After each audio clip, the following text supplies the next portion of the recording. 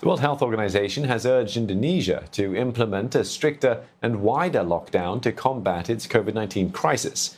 Just days ago, the government indicated it was considering easing restrictions. An average 30% of Indonesians who have tested for COVID-19 are infected. WHO says that indicates very high transmissibility. It has called for urgent action to stop the spread from spiraling out of control. Indonesia has become the latest epicentre of the global pandemic. Daily deaths have hit record highs of over 1,300, among the highest in the world. Despite this, President Joko Widodo flagged an easing of lockdown measures just 2 days ago, citing a decline in daily infection numbers. Saiful Ismail joins us live for more on this. Saiful, can we expect Indonesia to listen to the WHO warning, given the economic impact of lockdowns?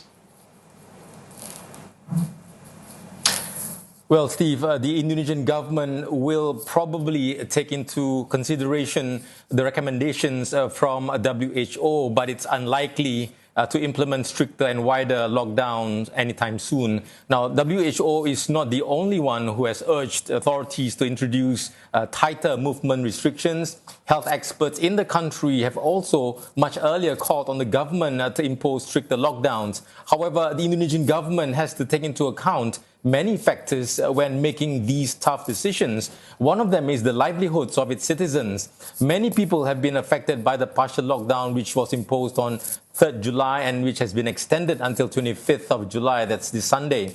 Now, the partial lockdown has devastated the livelihoods of informal and daily wage workers as well as small-time traders. Businesses have urged the government to provide help, including a wage subsidy to alleviate their burden.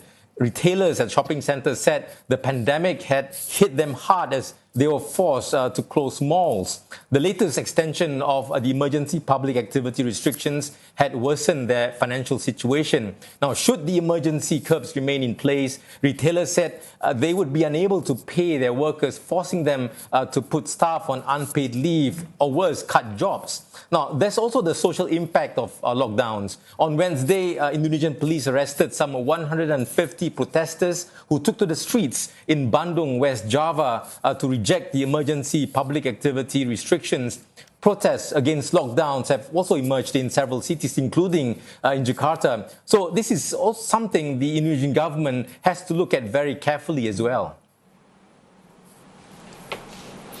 And so, why aren't current curbs working to bring the outbreak under control?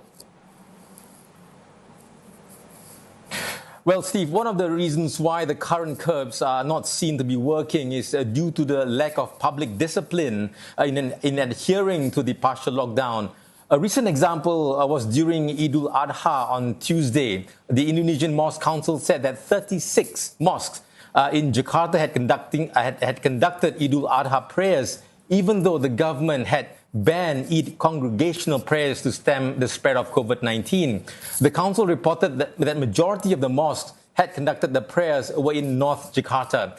The entire districts in the capital are currently under emergency public activity restrictions. The council had urged mosques to adhere to the government's instructions and not to hold mass prayers during the partial lockdown. There are concerns that these Eid prayers may become a super spreader event, with Jakarta already burdened by a surge in COVID-19 cases.